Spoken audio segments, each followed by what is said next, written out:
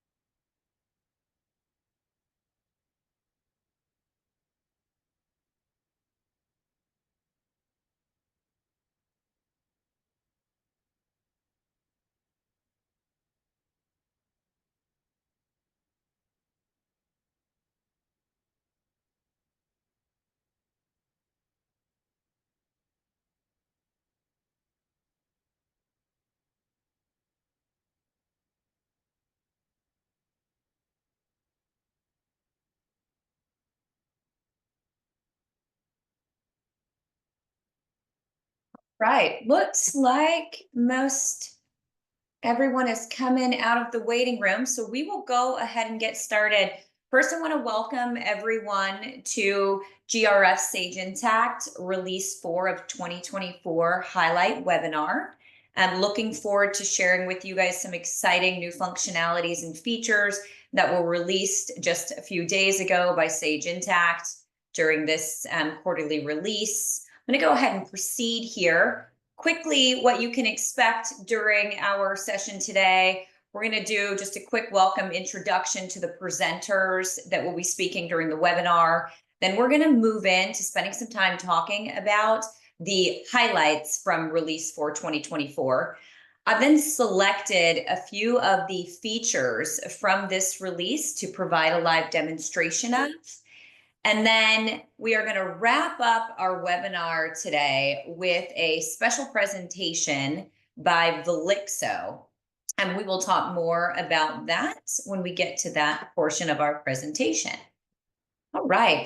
So my name is Heather Broberg with GRF CPAs and Advisors. I lead the Accounting Technology Solutions practice here at GRF. If you were on the last webinar that we did for last quarter, you got to meet me then. For those that were not, welcome, and it's a pleasure to meet each of you. GRF CPAs and Advisors, for those who are not aware, is based in Bethesda, Maryland. We serve clients in the DMV as well as nationally and internationally. Our firm has a wide range of clients. We cover not-for-profit, for-profit, schools, government contractors, as well as others, but our niche is really in the NFP and INGO space. We've been in operation for several decades. So back in 2021, we actually celebrated our 40th anniversary. As mentioned, we have a special presenter today, Jeremy Myers from Velixo. Velixo is an award-winning solution that really combines the power and flexibility of Excel with leading ERPs like Sage Intacct, which is why we're going to share it with you today. So be sure to stay on the call for the second portion of the presentation, as Jeremy's going to provide a demonstration of some of the amazing features of the Velixo solution. Also, just some housekeeping. I want to note here that the webinar is not intended, of course, as financial or legal advice, simply for educational purposes. And I have a ton of great content to share with you guys today. So without further ado, I'm going to go ahead and jump right in. Additionally, sorry, one other housekeeping item. If you should have questions, please feel free to place those questions in the chat. We will address them at the end of the webinar. If time permits. If time does not permit, then I will respond to all of those questions and post the webinar offline. All right. So I'm going to kick off today with talking about the enhancements to the fixed assets management module. So for those of you that are leveraging fixed assets today, these things are probably going to resonate with you as features that you were looking for. Those that are not using fixed assets say this will be a really good opportunity for you to see a little bit about what's happening in fixed assets so that you can determine if it's something you may want to leverage in your organization in the future. One of the enhancements that Sage Intacct made in this release is to allow the override of posting dates. This really allows the user to post depreciation that was previously scheduled for a closed period into an open period while capturing the actual posting date separately from the previously scheduled posting date. What would happen prior to this enhancement is that when you overrode a posting date, you would lose the scheduled posting date data. It would be eliminated and replaced by the actual. Now you can see here in my screenshot below, when you override a posting date, Sage is going to capture the originally scheduled posting date and then the actual posting date so that you're able to see that for future reference. We are actually going to see a little bit more about fixed assets in the live demo today as well. Another one of the features that were released for fixed assets management in this release is allocations. Previously, we did not have the ability to allocate across dimensions in Sage Intacct from within a single fixed asset record. First note here, of course, is the new allocation functionality is not supported if you subscribe to the taxes application. If you do not, it's fully supported. One of the caveats is the location and or entity must be the same on all lines of the allocation, meaning we're able to allocate across all dimensions except for the entity. The entity must remain the same. The allocation definitions must be created within the entity they will be used. So if you're an organization that is transacting at the entity level within Sage Intacct, you're going to create allocation definitions at the entity level so that you can leverage those when you create the fixed assets. And I'm going to, not proceed just yet. If you look over here onto the right-hand side, I've put a brief screenshot of a fixed asset record where you can see the allocation field that now exists. This is the same transaction allocation field that you are previously using in the general ledger, accounts payable, and other places within Sage Intacct. We create allocations within the general ledger module, and then they become available for us to use in our other subledgers. Fixed assets previously was not one of those subledgers. So what this functionality really is going to allow us to do is create a fixed asset. And at the time that we do that, we can tell the depreciation to then allocate across dimensions, albeit departments, programs, grants, and or other dimensions that we want to allocate. What we would have done previously was post the depreciation and then go in and edit the journal entries to do those allocations. So this is some amazing functionality, which I am going to demonstrate for you at the latter end of our webinar today. A couple of other things about the fixed asset management enhancements is Sage added the custom decline balance depreciation methods. So there is the ability to leverage the declining balance with true up, in that the remaining depreciation is fully applied in the final period. It also ensures, of course, that total depreciable cost is fully accounted for. And then there is also the custom declining balance without true up. When you do that, the depreciation rate is going to be consistently applied across all of the assets remaining life. So the remaining depreciation at disposal is going to be treated as a loss.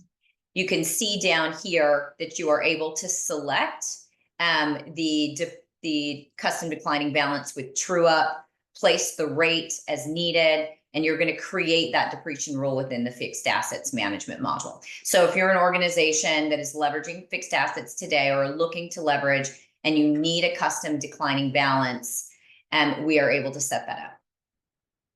Right. One other call out that I want to make from this enhancement to fixed assets is the notes field.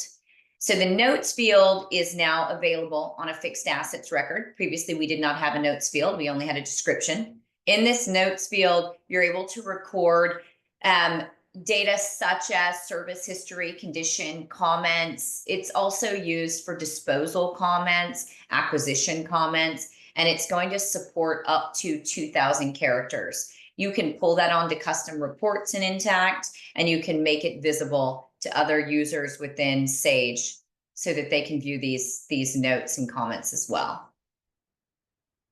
All right, let's move in to talk about the general ledger. So for the users on the call today that were not aware, Sage Intacct provides a subscription to general ledger outlier detection. This is an enhancement that is based upon machine learning, and it compares your historical transaction patterns to current transactions. And then it flags when transactions don't match the current pattern. What I've heard from clients previously is it really allows them to detect GL issues without having to go through every GL transaction during month end to review data integrity. It calls things out. And previously, there was not the ability to create models. It was an out-of-the-box solution. Now you can create your own models for this enhancement, and you can set up basically rules for your outlier detection. This outlier detection has two requirements. It's going to need at least 1 month of data in your Sage Intacct system that is less than 2 years old. So current data within 2 years and at least 1 month of it. It's also going to need at least 1,000 posted general ledger journal entry lines. If you are leveraging Sage Intacct today, you probably already have this. This would have come across through your historical data. If you've been in the system for more than 30 days, you definitely have this required data. If you want to leverage this functionality in your subscriptions, an administrator, you can turn this on. And you are going to go to the AI machine learning, select enable service checkbox, and then enable the general ledger approval checkbox. Once you do that, you're going to get a message from Sage Intacct that says it's building out your outlier detection. It takes 1 to 2 days. So Sage Intacct is then going to serve to go through all of your transactions within your environment and start to build out models for you. It's going to look at the data that you've entered, the way that you've been entering it, so that as users enter data in the future, it can compare it to those models to see if things are done differently. Are you using dimensions where you previously didn't? Are things getting tagged differently? Are there different users posting transactions that probably didn't previously? So it's really going to start to call out those things for you. And you can see over here on the right-hand side how you can go and configure that. All right. Let's move in to talk a little bit about accounts receivable. There were a couple of call outs around customizations in the accounts receivable module in this release. The first one is the ability to further customize AR statements. You can see in my screenshot here off to the right, we now have the ability to add a column for a running balance total. You have to customize the statement to include this, but this allows you to see the running balance, which users have been asking for quite some time. So I was very pleased to see this enhancement. This here is the merge field that you would include within your statement to bring that information in. And then there are also currency symbols included for all numbers. Previously, currency symbols were only allowed in totals, and now we have the ability to pull it in all of our numbers. So for those that are using multiple currencies or just would like to display the dollar value, we now can bring that in as well. All right. Next thing I want to talk about is the automated AR subledger reconciliation tool. We're going to see this in accounts payable as well, but this tool is allowing users to automatically match payments as well as adjustments, credit memos, debit memos with corresponding invoices from within a reconciliation report. There is also some flexible filters that have been added to this reporting. And this is one of the things that I'm going to show on the live demo towards the end of our webinar today, so you can see this firsthand. But if we look down here at my screenshot, I've ran the customer reconciliation report here. And we can see that for the Macy's customer, there was an invoice 554, and it has this match sequence, which is denoted in all uppercase. Over here, I've noted that uppercase means that it has been fully matched to a payment. If we look down below, there's a payment on 10/28 that has that same match sequence. This tells us that this payment was matched to this invoice.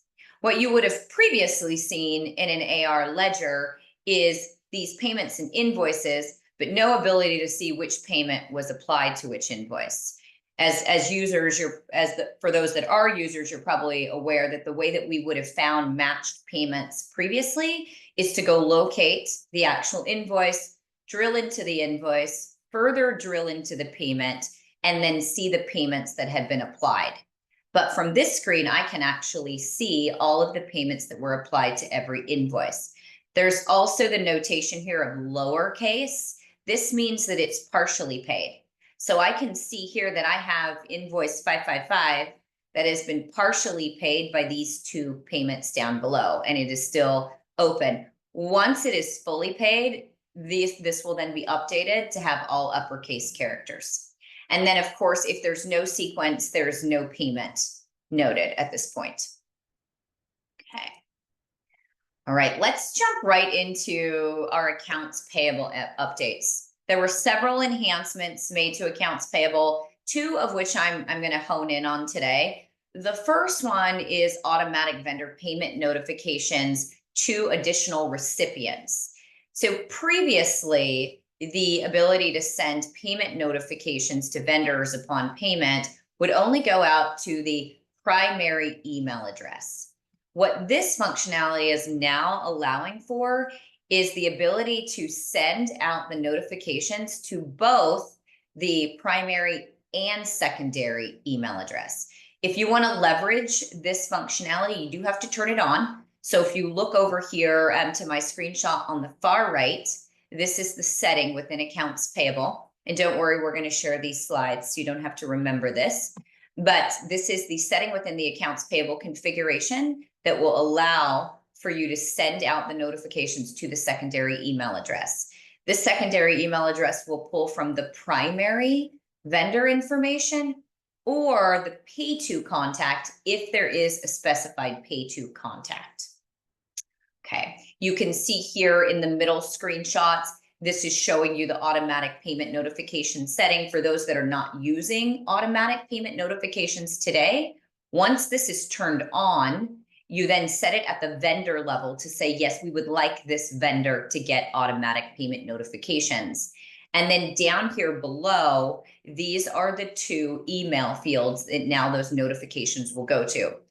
Another note for everyone is the secondary email address field does allow for multiple email recipients. So within the primary email address, you can only put in one, but you can use a comma separator to separate out multiple email addresses. So if you need to send to several, you can leverage that functionality to do just that.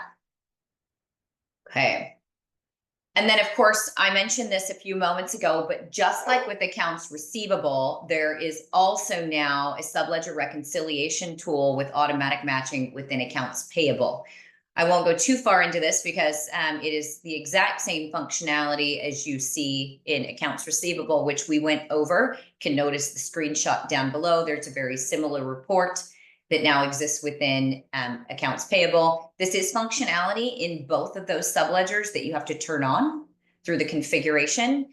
When we get to the live demonstration here in a few minutes, I'm going to walk you through how quick and easy it is to turn that on in both of those subledgers. All right. Wanted to make sure to talk a little bit about the annual 1099 filing. As we all know, we're coming up upon year end. So for those that don't know, Sage Intacct has 1099 e-filing powered by Tax Bandits. This is an actual subscription within Sage Intacct that you can subscribe to. It does not bear a cost from within Sage Intacct. So the subscription itself does not come with a fee. However, there is a fee for tax bandits to process your 1099 forms. So for those of you that have not heard of this before, there is a very seamless integration between Sage Intacct and tax bandits. Once you turn on this functionality, you can create, modify all of your 1099 vendors, generate your 1099 reporting, and then when you're ready to e-file those, you're going to push a button that then leverages an API to send that data over to tax bandits. That's when tax bandits is going to take over. And so within tax bandits, you are going to create a tax bandits account, and that account will be leveraged to actually send the 1099s out. And something to kind of think about, if you have more than 10 1099s, then you have to electronically file now. It's required by the Internal Revenue Service. So I would suggest thinking about this. It's a very fluid integration. If you need more information on it, I'm always happy to provide it. It's also available on the Help Center as well, with all of the information you need to set it up and begin leveraging it. Okay. All right. Moving right into platform services. So we're going to talk a little bit about some of the technical updates that came with this enhancement. We now have the ability to manage dimension relationships from the actual related object. So for those using dimension relationships today, this is where we take two different dimensions in Sage Intacct and we create a relationship between the two, which allows for defaulting of values and such. So for example, we might relate a project or grant with a department so that we have data integrity. When that project or grant in the system is selected, you can only select certain departments so that it is not incorrectly paired across dimensions. It will also allow for defaulting when you're bringing those dimensions into transactions because it knows which one to use. Those pairings we refer to as dimension relationships. Previously, we set these up within the general ledger. Kind of a cumbersome process to create these, but now Intacct through this release has now provided the ability for us to set these up, detach them, and manage them all within the actual object itself. So you could go right into departments, go to the object definition, and manage the dimension relationships directly from that page, which is much faster and much easier. For those that are leveraging this today, you will definitely see that. For those who need more information, I'm happy to provide. All right. Wanted to take a few minutes to talk a little bit about employee expenses. Now, I know a lot of the users on the call today are probably not leveraging employee expenses within Sage Intacct. A lot of our Sage Intacct clients are using a third-party tool, Expensify, and Ramp and other tools to do our expense reporting. However, Sage is moving towards a fully automated expense platform, very closely related to what we've done in the last release with AP automation. We are really looking to do employee expense automation as well. One of the first enhancements that has been added here on the roadmap to do that is electronic receipts. What this allows users to do is email their receipts to a designated email address, which we'll talk more about. And then when they log into Sage Intacct, their receipts for their prospective user will be sitting here under electronic receipts, very closely aligned with what you've seen in other expense management platforms, which is going to allow for PDFs to be quickly attached to expense reports, so on and so forth. I'm going to go ahead and advance so you can see a little bit about what's happening here. So once I click on that electronic receipts button as a user, I'm going to see a listing of all of my receipts, which is what I'm displaying here. You can edit these receipts, you can view, and you can delete. View will take you into the PDF copy. You can edit the information, so on and so forth from this screen. And then how we're utilizing these in an expense report is you're going to go to your list of electronic receipts. You can then mass select all of the ones that you want to include in your expense reports, and then you can add them directly to your expense report. It will then create a brand new expense report, bringing in all of these transactions as well as the related PDFs. All right.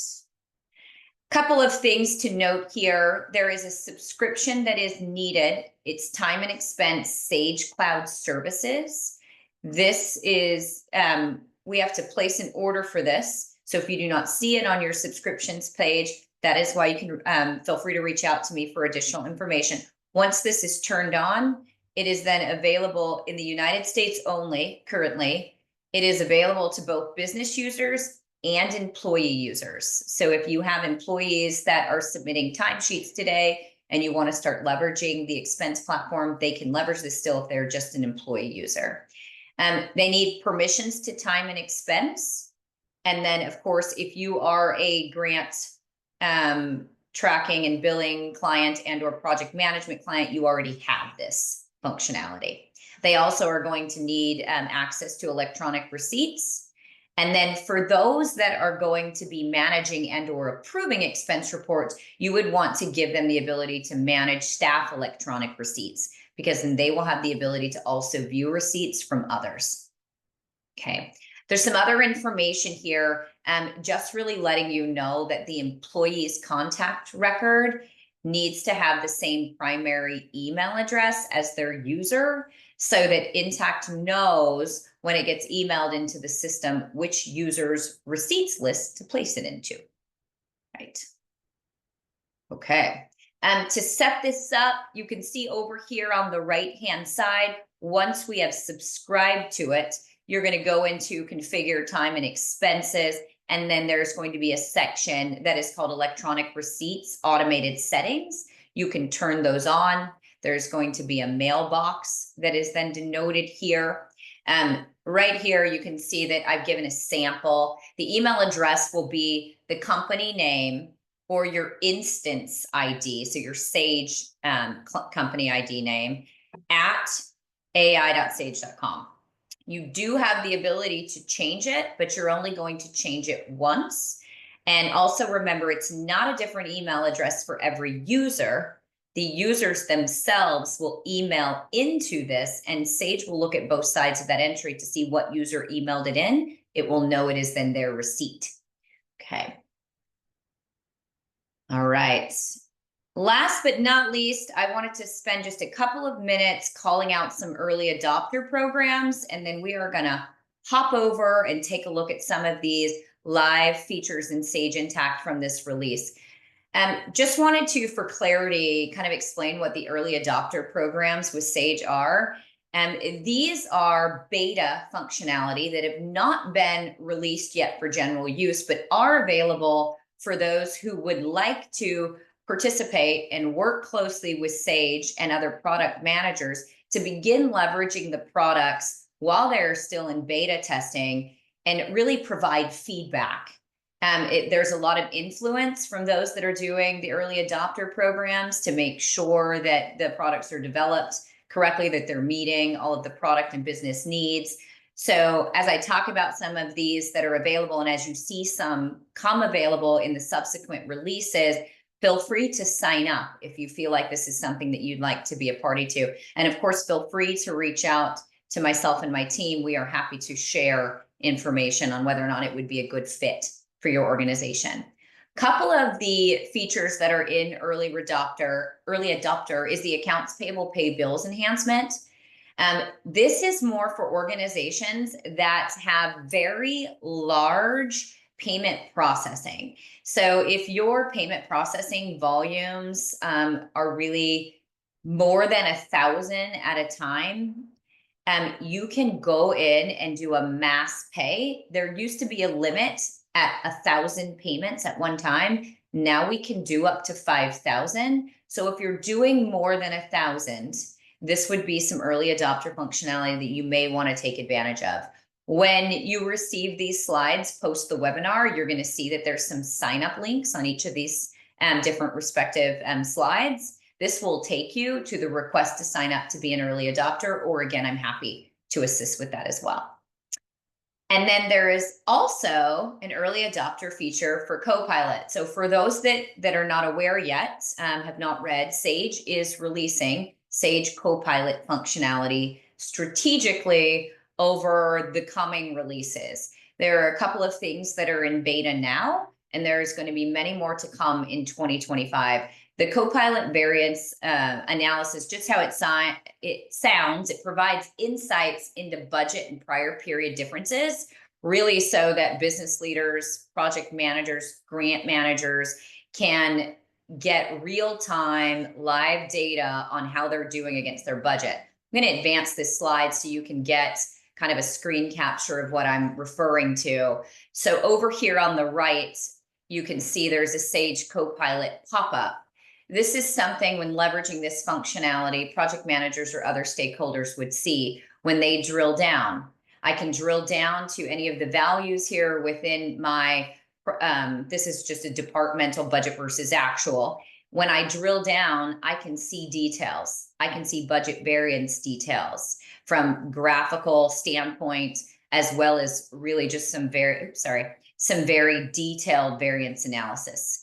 There's also some additional insights from this insight button. But again, this is in beta. And if it's something that you're interested in, please let me know, and or you will be able to click on the button in a minute that I'm going to share. There's also another Copilot function that is an early adopter, and it is search help.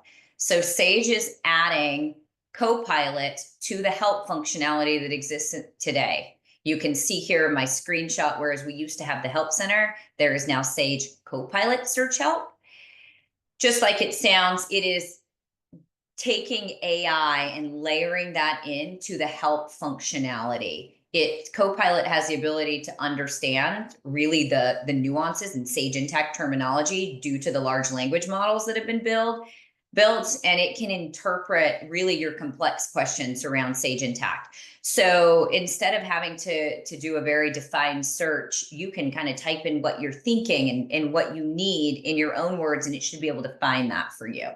So again, this is an early adopter as well, which is something that you can request to be a party to. And then this right here is just a little screenshot so you can get an example of what that functionality would look like if you were using Copilot within your search help center. Right. Last but not least, I promised I would share the link for you to be able to go in and request. So once you get these slides, again, you can reach out to me, happy to help. And you can also just click this survey button right here from within this slide. It's going to take you to a short survey where you can request to be a part of these different Copilot early adopter programs. All right. Now that we've been through kind of all of the key features, I'd like to then move over to some live demonstration features. We're going to talk about 3, all of which I mentioned today earlier in the webinar. We're going to look at the accounts receivable and accounts payable subledger reconciliation tools so that you can see how those are working firsthand. And then we're going to walk through how to set up the vendor payment notifications that I mentioned in terms of that secondary email address field that's now available. And then third, we are going to look at the fixed asset management allocations. All right, I'm going to escape out of here for a minute, share my Sage Intacct instance. And the very first thing I'm going to show you is that accounts receivable reconciliation functionality. I have several invoices in my invoice list. You can see that there are many of them that are partially paid, posted, so on and so forth. Another thing that I wanted to be sure to mention is that if you turn this functionality on in accounts payable and accounts receivable, it is go forward functionality, meaning the ability to have the matching sequence assigned to the documents means it won't go back in time and attach to anything you had done in the past. It's going to be all go forward data. So I'm going to go ahead and just show you quickly in accounts receivable under configuration. There is a setting called customer reconciliation. In the vendor configuration, there is the same concept. If you want to turn this on in your environment, it is already available for you today. You're just going to go in and create or go in and set the enable customer reconciliation checkbox and then set up a matching sequence. which is that alpha sequence that you saw on my screenshot earlier, which I will show you live momentarily. It exists in the same place in both accounts payable and accounts receivable. I'm going to show you a demonstration of how this is working in accounts receivable. Now, again, I have multiple invoices that are posted, partially paid and paid. I'm going to go over here to my reporting section in AR, and I now have a report called Customer Reconciliation. If I click on that, it's going to open my reconciliation report. I'm just going to set this to current year to date. I have all my filtering options. You have the ability to do this by a specific customer. Conversely, in accounts payable, you can do it by a specific vendor.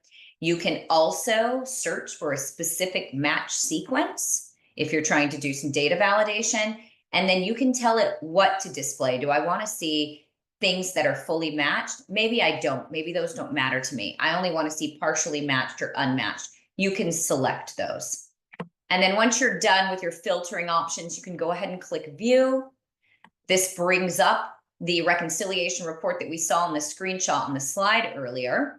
You can see here that I have a client called Health Initiative.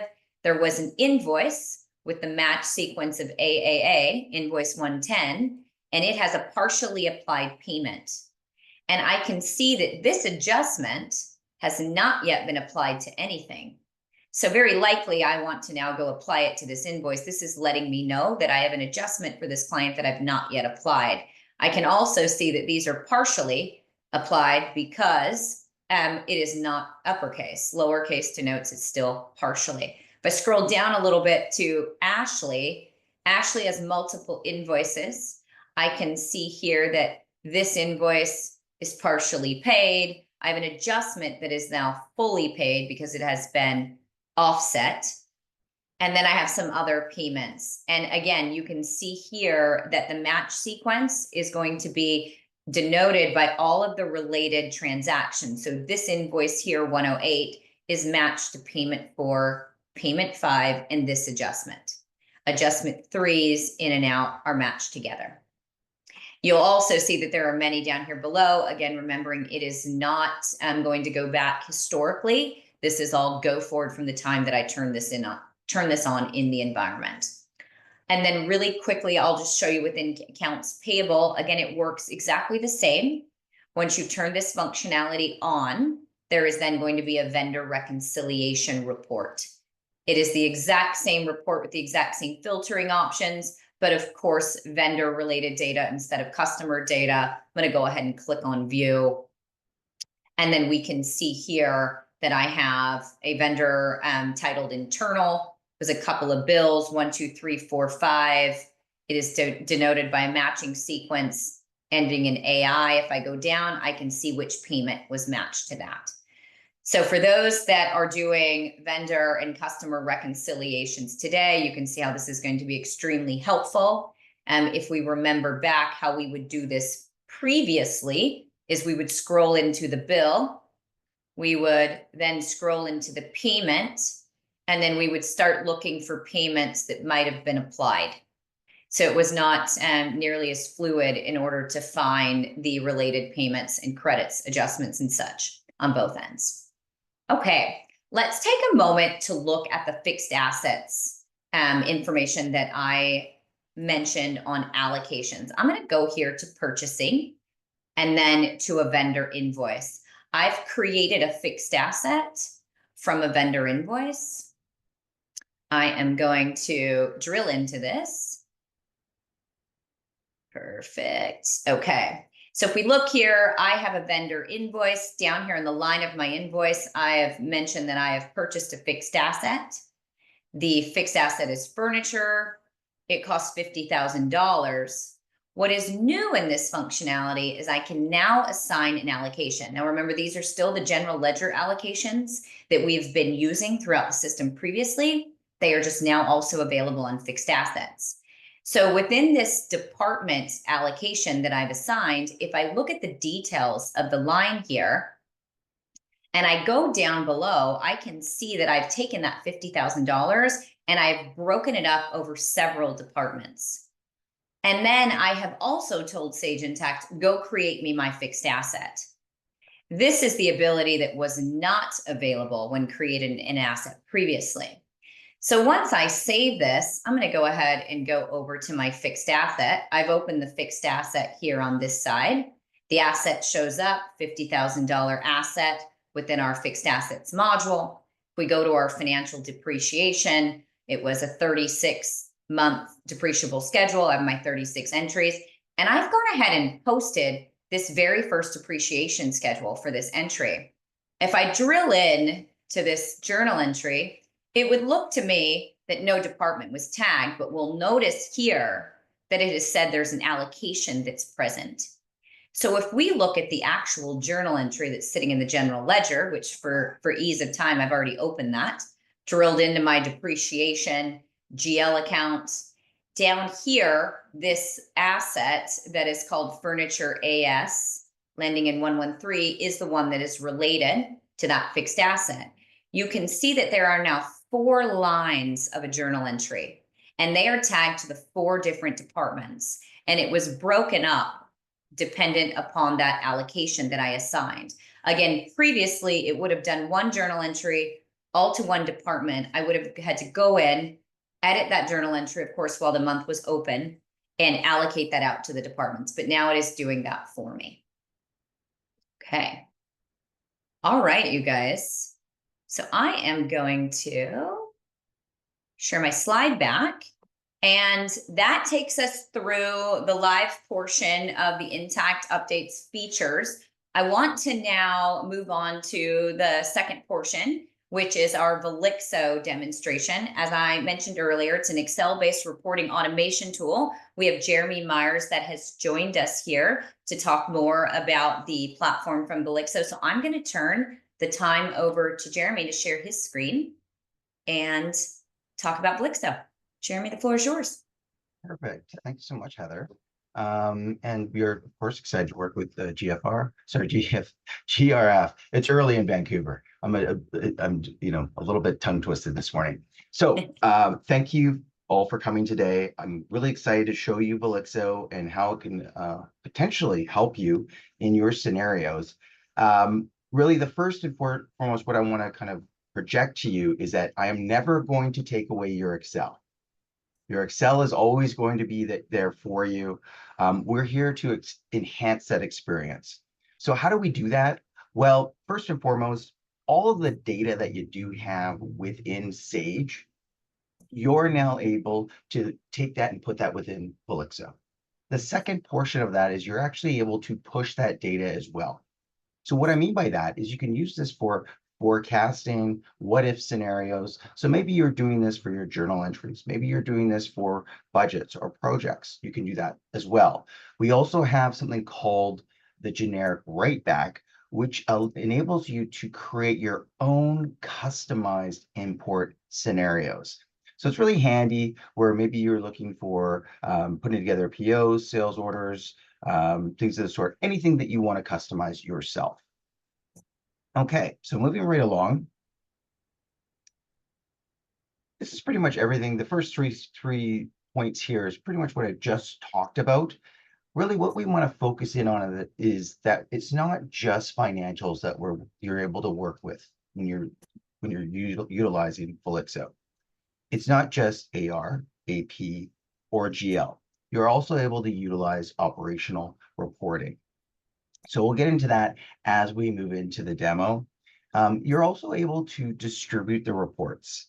And when you distribute the reports, you can do that in any flavor that you like. So what I mean by that is that you can send this out as Velixo. You can take out the Velixo and just send this out as Excel. You can also do this as PDF, screenshots, and of course you can do multiple worksheets if you like. The beauty of the distribution as well is that you can be very specific. So let's say you're looking to send this out to specific managers, but you're also wanting to send them out specific information. So maybe that's based on maybe donations by regions. You can absolutely do that. It's very easy to do. So how does the user model work? Well, it's based on kind of a 2, 10, 20, and then you can always add on more users if you need be. We will send out the pricing and the licensing later on. We'll include that in kind of a goodie bag for you. And then in terms of IT and their involvement, well, again, we are an Excel add-in, so you're really looking at about 30 to 60 seconds to download our solution. And then from security wise, that is all going to be handled by Sage Intacct. So the beauty of that, don't have to do any extra work. All the permissions and access are going to be controlled by that. Perfect example is you probably don't want a sales guy like me pushing back data like your budget. Not a good idea. So next one we have is really, we want to kind of point out some things that maybe come out as, specific pain points that you may encounter with your reporting. So again, one of the big ones that always kind of stands out is that manual entry. So we really want to help eliminate that by having like a library of reports for you, where you can kind of recycle and reuse those as you see fit. We really like to push the whole idea of templates and drop-down menus. So like if you're, say, working with various dimensions, we really want to be able to have you be able to send out those reports top to bottom, and you don't have to worry about people coming back to you and saying, can I fix this? Can I do this? How do I manipulate this? We really want to kind of save you time and have less errors. So one of the big things that we have within our solution is we have this nice API connection with Sage Intacct. And really, the whole goal of this is really to prevent the siloed data that you normally have with Excel. Because normally, what do people do with an ERP? They'll just export to Excel, then who knows where everything's going. So really, we want to encourage you to have Excel with accountability.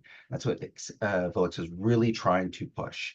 Again, everything else on here is pretty much what we would expect. We really want to, of course, help you with all that consolidation. You can use as many kind of company IDs as you need. Again, it is live and refreshable data. Now, in terms of investing with Velixo, how long does it typically take to get started? I guess that's the million-dollar question. With Excel, if you are a power user, typically people can get involved with it very quickly. It takes probably a couple days just to get started. We provide a lot of resources. So we kind of have one bucket, which is kind of a self-serve bucket for you, where you can go in, leverage as many resources as you need. We also have YouTube videos as well for you to get you started. On top of that, we kind of have the hand-holding bucket, I call it, where you can have training, report building. So maybe you have those 5 to 10 reports that you're currently using that you need that as a kind of a jump start to get going. Now, putting that all together, we of course have support as well to assist you. So just to kind of reiterate, we are on G2 reviews. I guess we're somewhat popular. We've done very well. In terms of customers, these are some of them. We have over 2,000 now. Really, the focus is that we are industry agnostic. We can work with anybody. And if you do need to have multiple company IDs, that's okay. We can accommodate you as well. So let's go into the demo. In terms of ROI on the solution itself, you're typically looking at about 3 months, maybe less. Okay, let me just pull up this one. I'm just gonna stop this. 1 second, I'm just gonna grab my Excel.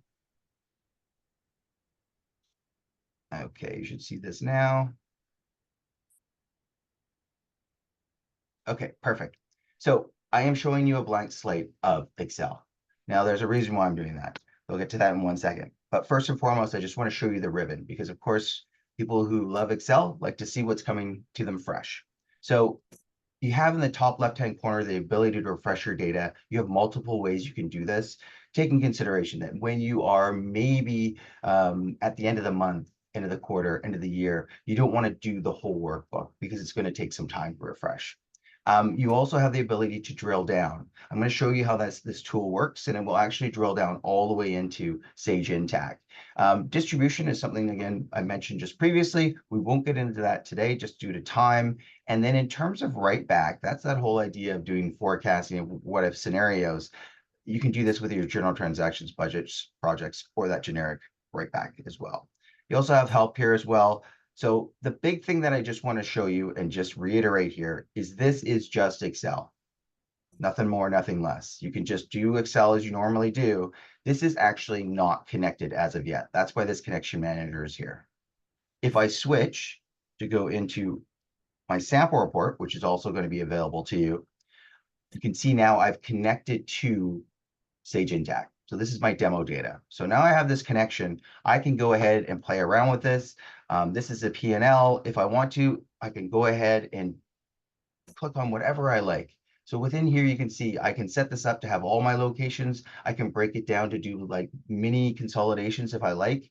I can click on US 2. It's going to just quickly refresh. If I wanted to as well, I could also go in and say insert a pie chart. I'm just going to quickly do this just so you can just see that once I just load this in,